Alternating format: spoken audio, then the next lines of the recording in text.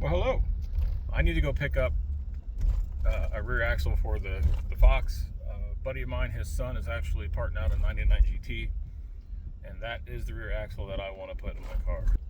And I want the car to have a track width of a New Edge, so that's what I'm going to do.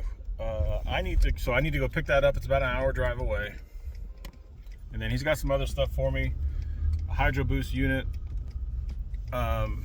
And then maybe some other things. I'm not sure yet. I guess I'll find out when I get there. But the main thing is getting the rear axle. So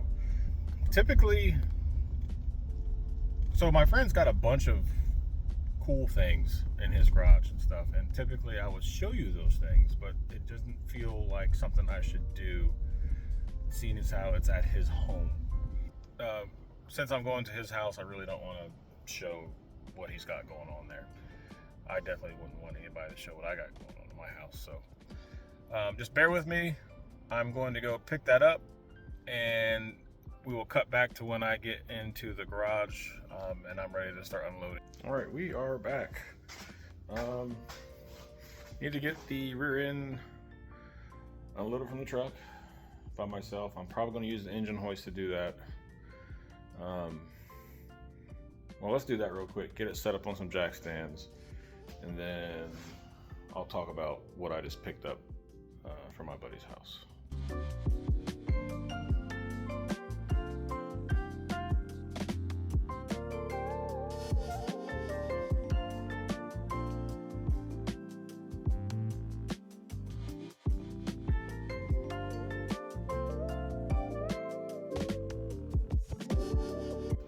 Okay, well that's done.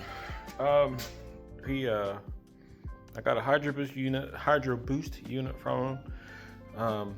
Definitely need that. And then obviously I got the rear end situated here, ready for me to start working on that. What else did he give me? He gave me a cooler for the power steering cooler, and I got everything spread all over the garage. He gave me some of these aluminum plates to basically mount Cobra style or Cobra size brakes using these calipers, so I can run a bigger rotor in the back with these adapters. He gave me my bell housing. I don't know if I even talked about this, but he ended up welding this up for me because I bought this bell housing cheap off of Marketplace, and there was a hairline crack right there, so he got that welded up for me. I can't tell you how many times this guy has saved my ass, so I really appreciate him. I'm going to start kind of messing around with this and seeing how thick some of this scaly rust is, because I don't want to put it back in the car like this. I got to make it look good, even though you're not going to see it, but I'll know it'll be the only rusty thing under there if I leave it like this. So I'm going to start cleaning this up. I want to see what the grinder does, if I can get this scaly stuff off of here to make this thing just look a little bit nicer. So now let's try that real quick.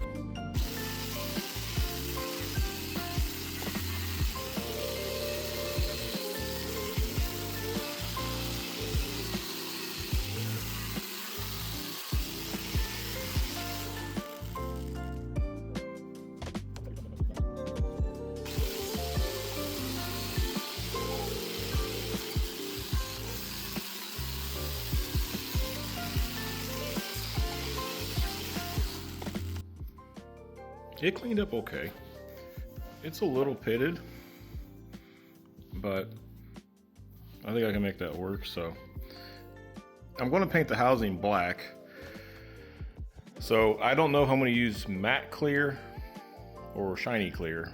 And I guess it depends on how this stuff comes out, because if it's super pitted, I'm probably not going to use the shiny clear because it'll just show everything. But we'll see. Not quite there yet. So now that I know that it'll at least clean up, I do want to pull this cover off, investigate what's going on in here, because there's no tag on it. So that means somebody's already been in there. And I need to know why. Start taking this stuff apart on each side, getting that ready for cleaning and sandblasting and powder coating, and then pull the axles and just get the housing ready to go. So this is going to be a little bit of a project to do, but first things first, I need to go ahead and drain the fluid out of this thing. So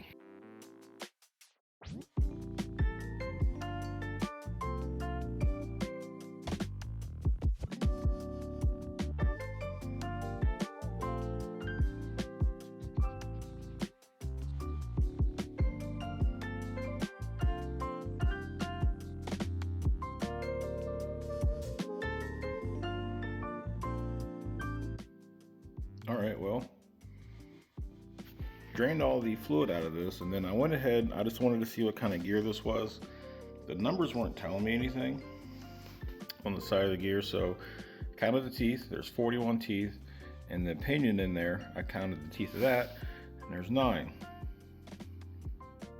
41 divided by 9 is 4.555555. So this has a 456 gear in it. Why? Somebody definitely liked to party. The goal was to just put this in as is if it was a factory gear. I do not want 456 gears. I just don't. I don't roll around with 456 gears in the back of this. I'm not doing all that. Let's get these brakes taken apart, get the axles out so I can see what's going on there.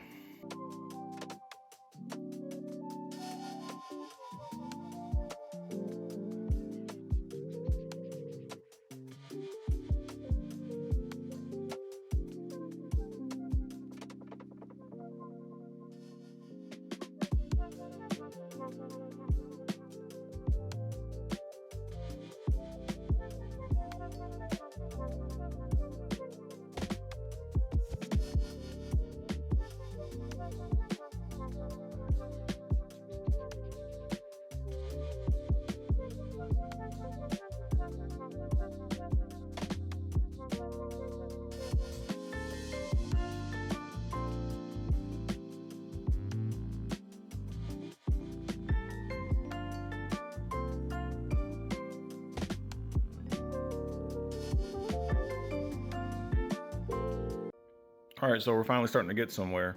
So it's been painted. I ground off the majority of the rust that I could. Honestly, it's not perfect. I put some rust converting primer on it, and then I sprayed it with some Rust-Oleum satin black, and then hit it with a satin clear. So the housing is now painted. I started putting on the brake caliper brackets, or the mounts for the brackets. I still have to powder coat this one. These look great in this billet aluminum, but honestly, it's going to corrode. And so I went ahead and powder coated this one, and I'm going to do the same to this one here. I'm also going to powder coat this cover because this is going to look like chalk before too long. It's going to do the same thing, especially with the price that it came in at. So I'm going to take all the hardware out of this and powder coat it the same silver vein that I'm doing the brackets. It won't be as like in your face, but that's okay. At least it won't corrode, and that's all I really care about. So